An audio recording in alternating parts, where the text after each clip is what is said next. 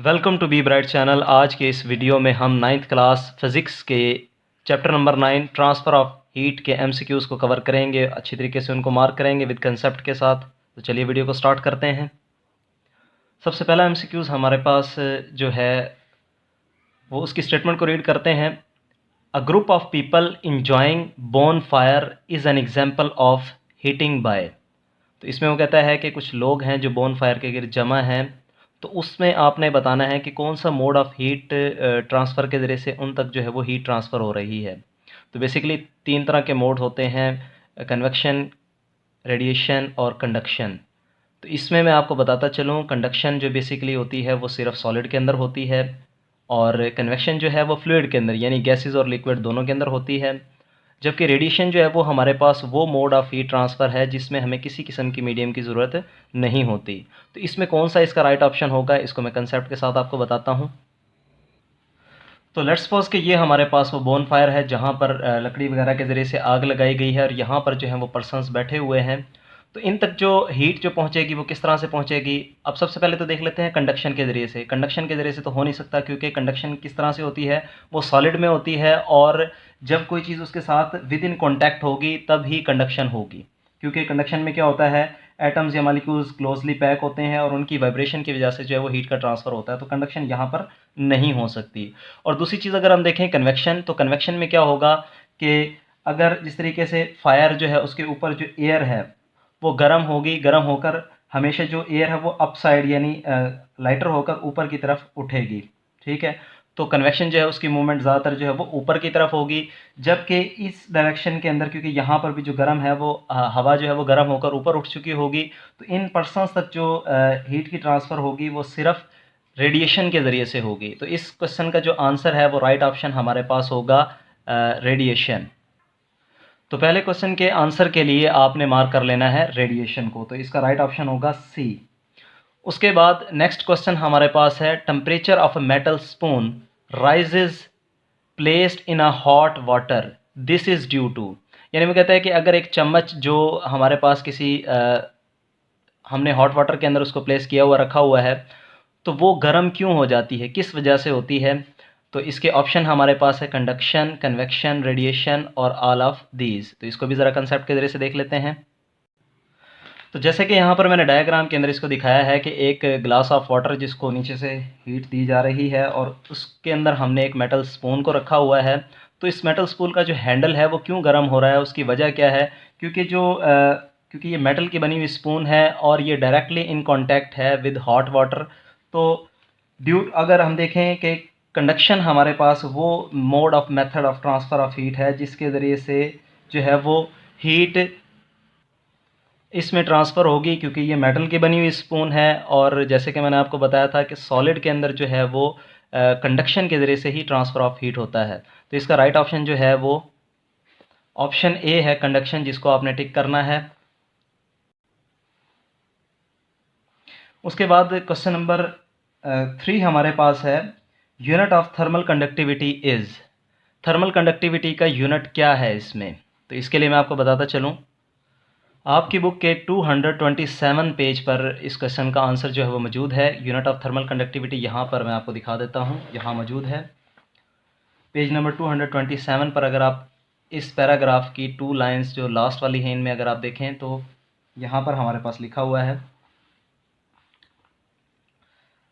The SI unit of thermal conductivity are watt per metre पर kelvin भी हो सकता है, या जॉल पर मीटर पर केल्विन पर सेकंड भी इसका यूनिट हो सकता है। तो इसके लिहाज से हम जो है वो क्वेश्चन को मार्क कर लेंगे। तो इसका राइट ऑप्शन होगा बी, जॉल पर सेकंड पर मीटर पर केल्विन। जबकि आपकी बुक में जो वहाँ पर लिखा हुआ है उसमें मीटर और केल्विन और सेकंड की पोजीशन जो है वो आगे पीछे है, तो इससे कोई फ़र्क नहीं पड़ता। तो इसका ये राइट ऑप्शन बी होगा। उसके बाद क्वेश्चन नंबर 4 को हम स्टडी करते हैं, इसकी स्टेटमेंट को देखते हैं। विच of the following is the best conductor. इसमें वो आपसे पूछता है कि इसमें सबसे अच्छा जो है वो बेस्ट या बेहतरीन कंडक्टर कौन सा है। और याद रहे यहाँ पर कंडक्टर की जो बात है वो हीट के हवाले से है। कंडक्ट का लफ्ज़ी मतलब होता है यानी अपने अंदर से किसी चीज़ को गुजारना। तो यहाँ पर क्योंकि चैप्टर जो है वो हीट के हवाले से है, तो यानी हीट का अच्छा कंडक्टर कौन सा होगा इसमें। तो इसमें एलुमिनियम है, वुड है, प्लास्टिक है या कॉपर है। तो इसमें सबसे बेहतरीन जो हमारे पास होगा वो कॉपर होगा, क्योंकि प्लास्टिक भी इंसुलेटर है, वुड भी इंसुलेटर है, जबकि एलुमिनियम जो है वो कंडक्टर है, लेकिन कॉपर इसकी निस्बत जो है वो ज़्यादा बेहतर जो है वो कंडक्टर है। तो इसका राइट ऑप्शन डी होगा, कॉपर। उसके बाद क्वेश्चन नंबर 5 है, विच of the following is the best insulator. इनमें से सबसे अच्छा इंसुलेटर, इंसुलेटर यानी जो किसी चीज़ को अपने अंदर से गुजरने ना दे, क्योंकि यहाँ पर हीट के हवाले से बात है, तो यानी हीट को अपने अंदर से कंडक्ट नहीं होने देगा। तो इसमें कौन सा इसका राइट ऑप्शन होगा? तो ये जहाँ पर जितने भी जो इसके ऑप्शन गिवन हैं, ये सारे के सारे ही इंसुलेटर हैं, जैसे कि वुड है, प्लास्टिक है, रबड़ है और एयर है। तो मैं आपको बताता चलूँ कि वुड, प्लास्टिक और रबड़ और एयर में जो सबसे बेहतरीन जो हमारे पास इंसुलेटर होगा, जिसकी इंसुलेटिंग कैपेसिटी जो है वो निस्बतन ज़्यादा होगी, तो इसका जो राइट ऑप्शन हमारे पास होगा वो सी होगा, रबड़। तो आप इसको मार्क कर लेंगे। उसके बाद क्वेश्चन नंबर 6 है, dull black color on a surface is the best absorber. Which of the following is the best radiator? इसमें वो कहता है कि जो ब्लैक कलर हमारे पास है ये अच्छी ऐसी सरफेस है जो कि बेस्ट अब्जॉर्बर है, यानी हीट को अपने अंदर अब्जॉर्ब अच्छे से कर सकती है। लेकिन विच of the following is the best radiator, तो आपने यहाँ पर ये जहन में रखना है जो अच्छे से अब्जॉर्ब कर सकता है, बेहतरीन तरीके से अब्जॉर्ब कर सकता है, जो ज़्यादा अब्जॉर्ब करेगा, रेडिएट भी वही ज़्यादा करेगा। तो इसका जो राइट ऑप्शन होगा हमारे पास, जैसे कि मैंने आपको बताया कि ब्लैक कलर जो है वो अच्छा अब्जॉर्बर है, तो अच्छा रेडिएटर भी ब्लैक कलर ही होगा। तो इसका राइट ऑप्शन हमारे पास होगा अ dull black surface, option A. तो आप 6 क्वेश्चन के ए ऑप्शन को आप मार्क करेंगे। उसके बाद क्वेश्चन नंबर 7 है, विच of the following is a good reflector, यानी कौन सा ऐसी सरफेस इसके अंदर होगी जो एक अच्छी रिफ्लेक्टर होगी, यानी हीट रेज जो आएंगी उनको वो रिफ्लेक्ट करेगी। तो इसमें हमारे पास जो ऑप्शन है, a dull black surface, a shining silver surface, red coloured surface या वाइट सरफेस।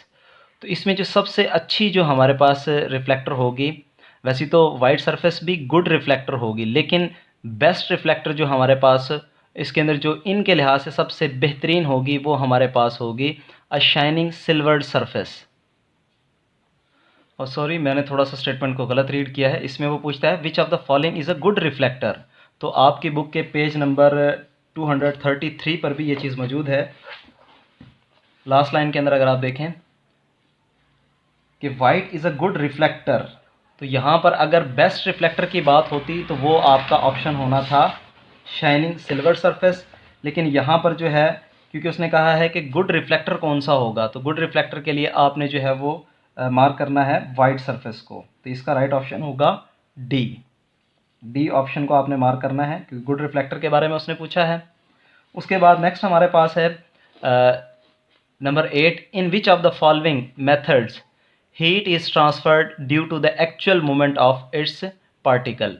तो आपने जहन में रखना है कि हमारे पास कंडक्शन में सिर्फ एटम्स या मॉलिक्यूल्स की जस्ट वाइब्रेशन होती है, जिसके ज़रिए से जो है वो हीट ट्रांसफ़र होती है, जबकि रेडिएशन में तो हमें मीडियम की ज़रूरत ही नहीं होती, यानी इसमें मीडियम के बगैर भी जो है वो हीट ट्रांसफ़र होती है। जबकि कन्वेक्शन ही ऐसा हमारे पास mode of transfer of heat है जिसमें एक्चुअल मूवमेंट ऑफ पार्टिकल या मॉलिक्यूल होता है, जो कि फ्लूइड यानी लिक्विड और गैसेस दोनों के अंदर होता है। तो इसका राइट ऑप्शन हमारे पास होगा 8 का बी, यानी कन्वेक्शन के अंदर जो है वो एक्चुअल मूवमेंट ऑफ पार्टिकल होती है। उसके बाद 9 हमारे पास है, the transfer of heat that take place because of density difference in fluids. अब जैसे कि फ्लूइड्स की बात हो रही है, मैंने भी आपको बताया कि फ्लूइड के अंदर जो हीट ट्रांसफ़र होता है वो ड्यू टू कन्वेक्शन होता है।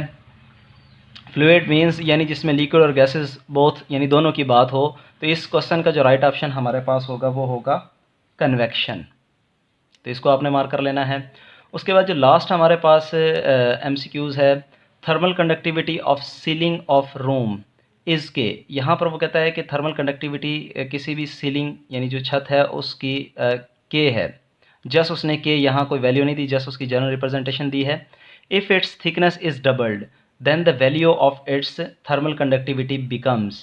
तो यहाँ पर वो कहता है कि अगर उसकी थिकनेस को डबल कर दिया जाए तो उसकी थर्मल कंडक्टिविटी पर क्या फ़र्क पड़ेगा। तो आपने याद रखना है, जो आप पीछे जो बुक के अंदर आपने पढ़ा होगा, इसके अंदर मैं आपको दिखा देता हूँ। ये पेज नंबर 226 पर हमारे पास है जहाँ पर थर्मल कंडक्टिविटी का हमारे पास पूरा टॉपिक है। इसके नीचे अगर आप देखें इसकी इक्वेशंस हैं, तो यहाँ पर हमारे पास Q/T यानी rate of flow of heat है, जो कि थर्मल कंडक्टिविटी किसी भी मटेरियल की। उसके बाद ये उसका एरिया है उस ऑब्जेक्ट का या किसी भी बॉडी का। यहाँ पर टेम्परेचर डिफरेंस है, नीचे हमारे पास उसकी थिकनेस या उसकी लेंथ होगी। तो यहाँ पर ये जो फार्मूला हमारे पास है ये rate of flow of heat के अकॉर्डिंग है। और इसके बाद यहाँ पर हमारे पास उस मटेरियल की थर्मल कंडक्टिविटी को कैलकुलेट करना अगर हो तो हमारे पास ये वैल्यूज़ गिवन है। लेकिन साथ ही मैं आपको बताता चलूँ कि हर मटेरियल की थर्मल कंडक्टिविटी जो है वो डिफरेंट होती है, यानी स्पेसिफिक मटेरियल की अपनी ही एक स्पेसिफिक जो है वो थर्मल कंडक्टिविटी होती है, ये किसी चीज़ के ऊपर डिपेंड नहीं करती। तो इसका जो राइट ऑप्शन होगा, फिर इसका राइट ऑप्शन डी ही होगा, यानी के इक्वल ही उसकी थर्मल कंडक्टिविटी रहेगी। और इसका राइट ऑप्शन हमारे पास होगा डी, के। कॉन्सेप्ट को क्लियर करने के लिए मैं दोबारा आपको बता देता हूँ, पेज नंबर 226 पर यहाँ पर यह बात वाज़े तौर पर लिखी गई है कि thermal conductivity depends on the nature of the material, कि किसी भी जो मटेरियल की जो थर्मल कंडक्टिविटी है वो उसकी नेचर के ऊपर डिपेंड करती है, किसी और चीज़ के ऊपर डिपेंड नहीं करती। तो इसकी वैल्यू जो है वो सेम रहेगी। तो इसका राइट ऑप्शन, जैसे मैंने आपको बताया है, कि आपने डी ऑप्शन को ही क्लिक करना है। और आखिर में मैं आपसे गुजारिश करूंगा कि अगर आपको मेरी वीडियो अच्छी लगी है तो मेरे चैनल को ज़रूर सब्सक्राइब कीजिएगा, मेरी वीडियो को लाइक कीजिएगा।